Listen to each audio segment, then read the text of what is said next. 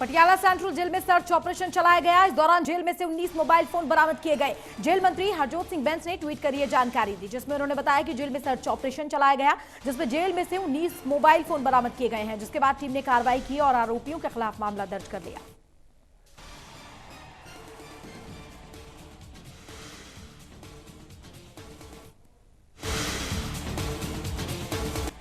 मजीठा में आम आदमी पार्टी द्वारा पौधारोपण कार्यक्रम का आयोजन किया गया। पार्टी के सीनियर नेता गुरमुख सिंह कादराबाद और उनकी टीम ने एक सरकारी स्कूल में छाया और फलदार पौधे लगाए। इस अवसर पर गुरमुख सिंह ने कहा कि पंजाब सरकार की ओर से चलाई जा रही पौधे लगाने की मुहिम सराहनीय है, क्योंकि आज के समय में पर्यावरण बहुत दूषित हो चुका है, इसलिए हमें पौधे लगाकर वातावरण को स्वच्छ बनाना है।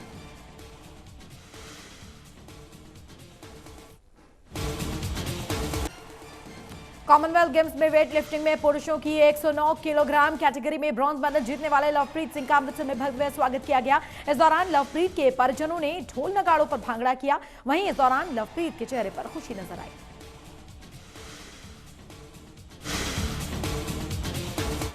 दीनानगर में प्रॉपर्टी डीलर और तहसील कॉम्प्लेक्स एसोसिएशन द्वारा एक विशेष मीटिंग की गई। इस मीटिंग में प्रॉपर्टी की रजिस्ट्री करवाने में सामने आने वाली समस्याओं को लेकर चर्चा हुई। वहीं बैठक के बाद एसोसिएशन के सदस्यों ने अपनी मांगों को लेकर सभी तहसीलों में धरना प्रदर्शन करने की बात कही।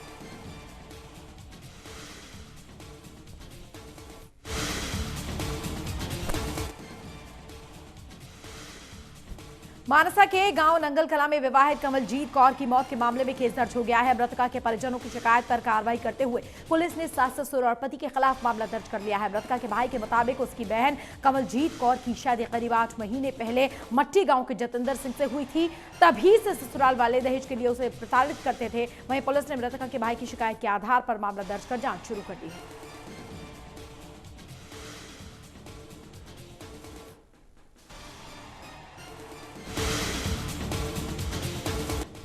हरियाणा के गृह मंत्री अनिल विज का टी ग्रुप अलग अंदाज में देश का आजादी का अमृत महोत्सव मना रहा है। गृह मंत्री अनिल विज के दिशा निर्देश पर यह तय किया गया है कि प्रदेश में 15 अगस्त तक हर रोज टी ग्रुप की मीटिंग राष्ट्रीय गान के साथ समाप्त होगी। इस कड़ी में गृह मंत्री अनिल विज उनके दोस्तों के साथ स्वयं राष्ट्रगान गाकर इसकी शुरुआत करने का उन्होंने फैसला किया।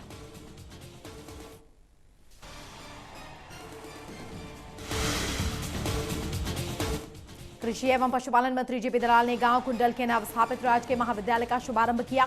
साथ ही उन्होंने जनसभा को संबोधित किया। कृषि मंत्री ने कहा कि मौजूदा सरकार बेटियों की शिक्षा को लेकर अनेक सराहनीय कदम उठा रही है। इसी कड़ी में ग्रामीण क्षेत्रों में कॉलेजों की स्थापना की जा रही है। ये कॉलेज करीब 20 गाँव के विद्यार्थियों के लिए शिक्षा के क्षेत्र में मील का पत्थर साबित होंगे।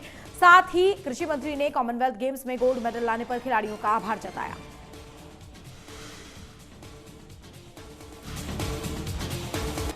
विधायक लीलाराम ने कैथल का दौरा किया। इस दौरान विधायक लीलाराम ने लोगों की शिकायतें सुनी और अधिकारियों को जल्दी समस्याओं को दूर करने के निर्देश भी दिए। मीडिया से बातचीत करते हुए विधायक ने कहा कि तिरंगा उत्सव को लेकर लोगों में काफी उत्साह नजर आ रहा है। साथ ही उन्होंने कहा कि प्रधानमंत्री नरेंद्र मोदी और मनोहर सरकार के नेतृत्व में देश में सड़कों का जाल बिछाया जा रहा है। वहीं कैथल जिले से गुजरने वाले कई नेशनल हाईवे का भी निर्माण किया जा रहा है।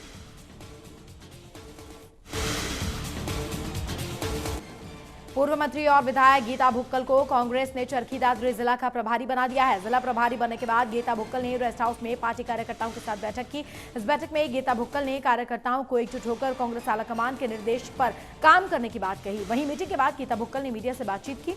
इस दौरान उन्होंने कहा कि हमारे विधायक पूरी तरह से अपने सवालों को लेकर तैयार हैं और विधानसभा सत्र में हम अपना पक्ष रखेंगे।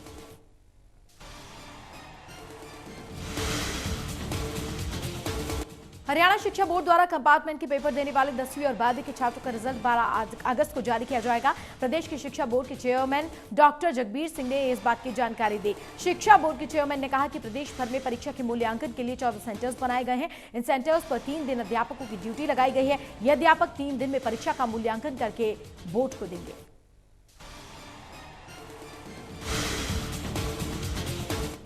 कॉमनवेल्थ गेम्स में लगातार हरियाणा के पहलवानों का दबदबा देखने को मिल रहा है। अब गन्नौर के पोखथला गांव में रहने वाले नवीन मलिक ने कॉमनवेल्थ गेम्स में गोल्ड मेडल जीतकर प्रदेश और देश के नाम ऊंचा किया है। वह नवीन की जीत के बाद परिवार में खुशी का माहौल है। उनके पिता का कहना है कि हमारे बेटे की मेहनत रंग लाई है, उसकी इस जीत पर हमें नाज है।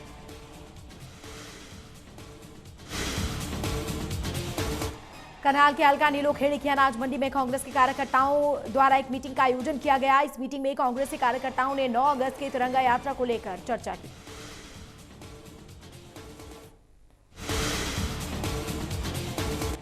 कुरुक्षेत्र में हर घर तिरंगा अभियान को लेकर युवा समिति चनारथल और विधायक रामकरण कालापुरी जीजान से मेहनत कर रहे हैं। युवा समिति चनारथल के अध्यक्ष सुखविंदर सिंह ने बताया कि हर घर तिरंगा अभियान के तहत हम लोग मिलकर लोगों के घरों तक तिरंगा पहुंचा रहे हैं। साथ ही लोगों को घर में तिरंगा लहराने के लिए जागरूक किया जा रहा है।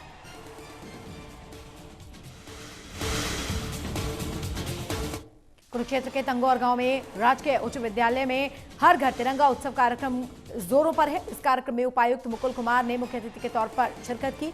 कार्यक्रम के दौरान स्कूल के बच्चों ने देशभक्ति गीतों पर सांस्कृतिक कार्यक्रमों की प्रस्तुति दी। इस अवसर पर उपायुक्त ने लोगों से आजादी के जश्न को उत्सव के रूप में मनाने की अपील की।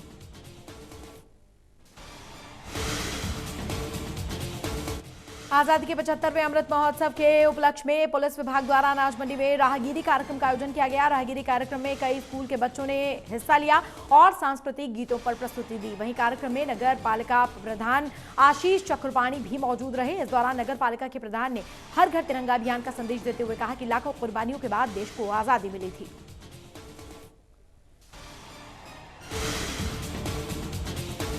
गुरुग्राम में हुई तेज बारिश लोगों के लिए मुसीबत बन गई है। बारिश की वजह से पूरा का पूरा शहर जलमग्न हो गया है। गुरुग्राम के new colony, railway road, Hooda city centre समेत आसपास के तमाम इलाकों में पानी भर गया। इतना ही नहीं, सुभाष चौक स्थित सदर पुलिस स्टेशन भी पानी हो गया। दुकानों तक में पानी नजर आया। जल भराव की वजह से कई वाहन चालक भी मुसीबत झेलते हुए नजर आए।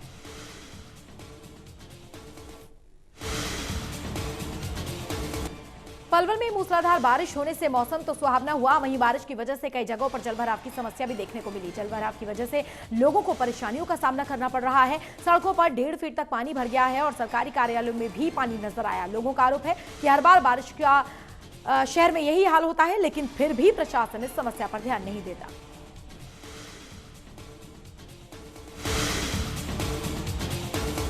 हरियाणा के रोहतक में एक मालगाड़ी पटरी से उतर गई। खरावड़ रेलवे स्टेशन के पास दिल्ली रोहतक रेलवे लाइन पर यह हादसा हुआ। एक के बाद एक 8 बोगी रेलवे ट्रैक से उतर गई। इस हादसे के बाद कई घंटों तक दिल्ली रोहतक जाने वाला ट्रैक पूरी तरह से बाधित रहा। इस बीच आला अधिकारी मौके पर पहुंचे और घटना की जांच करते हुए नजर आए। हादसे के कारणों का पता नहीं चल पाया है।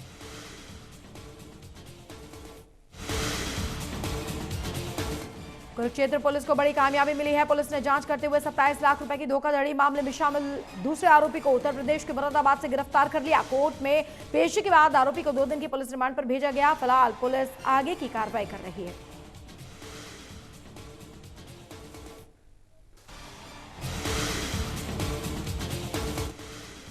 विधायक रीना कश्यप ने राजगढ़ विकास खंड की सैर जगास पंचायत के कोटली गांव का दौरा किया। इस दौरे के दौरान विधायक ने 2 मंजिला मकान गिरने से हुए नुकसान का जायजा लिया और पीड़ित परिवार से मुलाकात की। साथ ही विधायक ने पीड़ित परिवार को 30,000 रुपए देने का ऐलान किया।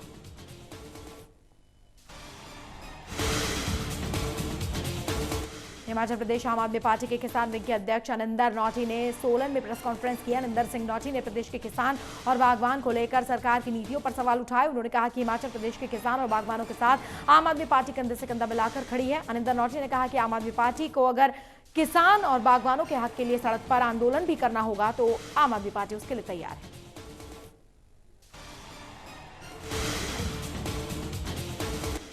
एचआईसीसी के महासचिव और हिमाचल प्रदेश के सह प्रभारी संजय दत्त ने मंडी में जिला कांग्रेस पदाधिकारियों के साथ बैठक की। इस दौरान सह प्रभारी संजय दत्त ने पदाधिकारियों के साथ आगामी विधानसभा चुनावों को लेकर चर्चा की और प्रदेश में कांग्रेस पार्टी को सत्ता में लाने के लिए कार्यकर्ताओं और पदाधिकारियों के साथ संकल्प लिया। बैठक में कांग्रेस के वरिष्ठ नेता कौल सिंह, रंगीला राम राव, प्रदेश महासचिव चेतराम और आश्रय शर्मा भी मौजूद रहे।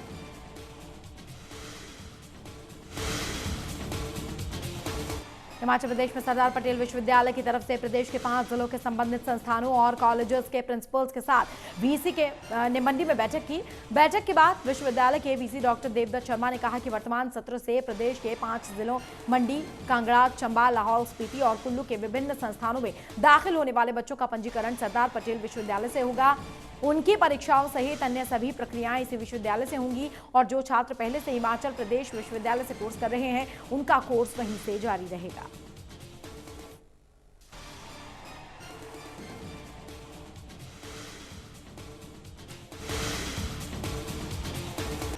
बदायूं में दर्दनाक सड़क हादसा देखने को मिला। यहां करंट की चपेट में आने के बाद मकान की छत से गिरने से युवक की मौत हो गई। वहीं इस हादसे के बाद मृतक युवक के परिजनों ने कोहराम मचा दिया।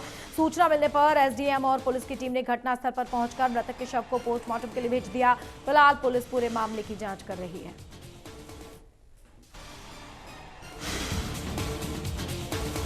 लखनऊ के ग्रामीण इलाके में लूट की वारदात देखने को मिली। लूट की वारदात माल थाना क्षेत्र में उस वक्त हुई जब सहजन सरकारी समिति के सचिव अपनी बाइक से जिला सहकारी बैंक में रकम जमा करवाने जा रहे थे। तभी बाइक पर सवार अज्ञात लुटेरों ने उनसे करीब 3 लाख रुपए लूट लिए और वारदात को अंजाम देकर मौके से फरार हो गए। फिलहाल पुलिस ने मामला दर्ज कर लिया है और आरोपियों की तलाश जारी है।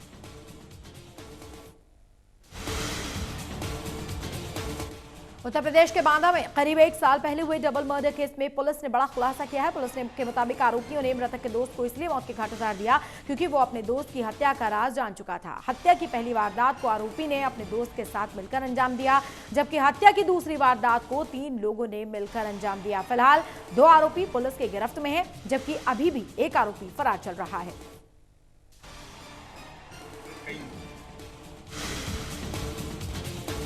उत्तर प्रदेश के बाराबंकी के लोनापुर कटरा इलाके में 4 से 5 अज्ञात युवकों ने एक व्यक्ति को जबरन आधी रात उसके घर से उठा लिया और अज्ञात युवकों ने व्यक्ति को डरा धमकाकर पैसों की मांग की और कहा कि अगर पैसे नहीं दिए तो जान से मार देंगे। पीड़ित शख्स ने पूरे मामले की शिकायत स्थानीय पुलिस स्टेशन में दर्ज करवाई, लेकिन पीड़ित युवक और उसके भाई का कहना है कि मामले में कोई भी कार्रवाई नहीं की गई, जिसको लेकर पीड़ित और उसके भाई न्याय की मांग को लेकर लखनऊ पहुंचे और भू माफिया पोर्टल पर भी इसकी शिकायत दर्ज करवाई है।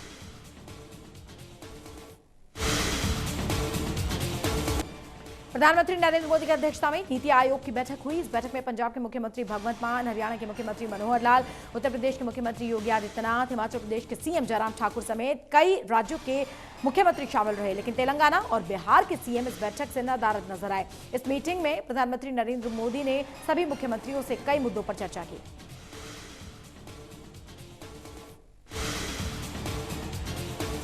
भारतीय अंतरिक्ष अनुसंधान संगठन इसरो ने नया रॉकेट लॉन्च कर दिया है। लॉन्चिंग आंध्र प्रदेश के श्रीहरिकोटा स्थित सतीश धवन स्पेस सेंटर के लॉन्च पैड 1 से सफलतापूर्वक की गई। Small satellite launch vehicle SSLV में EOS-02 सैटेलाइट जा रहे हैं। EOS-02 एक अर्थ ऑब्जर्वेशन सैटेलाइट है जो 10 महीने के लिए अंतरिक्ष में काम करेगा। इसका वजन 142 किलोग्राम है। इसमें मिड एवं लॉन्ग वेवलेंथ इंफ्रारेड कैमरा लगा है जिसका रेजोल्यूशन 6 मीटर का है, यानी ये रात में भी निगरानी कर सकता है। इसके अलावा स्पेस किड्स इंडिया नाम की स्पेस एजेंसी का स्टूडेंट सैटेलाइट आजादी सेट लॉन्च किया जा रहा है।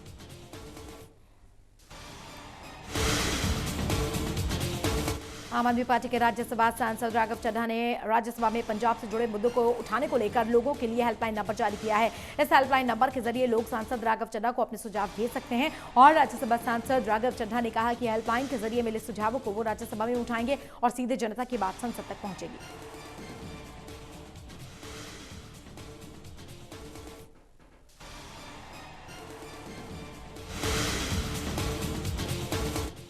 न्यूयॉर्क में सुसाइड करने वाली मनदीप कौर के वीडियो के बाद अब आम आदमी पार्टी के राज्यसभा सांसद राघव चड्ढा ने ट्वीट कर दुख जताया। राघव चड्ढा ने ट्वीट कर लिखा है कि परिवार वालों को न्याय दिलाने के लिए वो विदेश मंत्री से मुलाकात कर इस मामले में हस्तक्षेप की मांग करेंगे ताकि पीड़ित परिवार को इंसाफ मिल सके।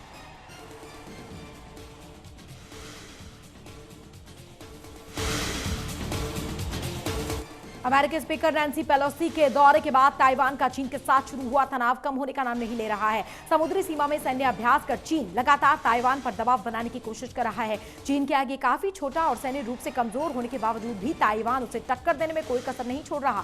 ताइवान के चीन से मुकाबला करने के लिए अब एक और नई रणनीति पर काम करना शुरू कर दिया है, जिसमें वो दुनिया भर के देशों से मदद की अपील कर रहा है। ताइवान के राष्ट्रपति साई इंग वेन ने ट्वीट कर अंतर्राष्ट्रीय समुदाय से ताइवान की मदद करने की अपील की। उन्होंने कहा कि ताइवान की सरकार और सेना चीन के सैन्य अभ्यासों की बारीकी से निगरानी कर रही है। जरूरत पड़ने पर हमें उन्हें जवाब देने के लिए तैयार भी रहना है, लेकिन मैं अंतर्राष्ट्रीय समुदाय से गुजारिश करती हूं कि वो हमारी मदद करें और क्षेत्रीय सुरक्षा को बरकरार रखने में सहयोग दें।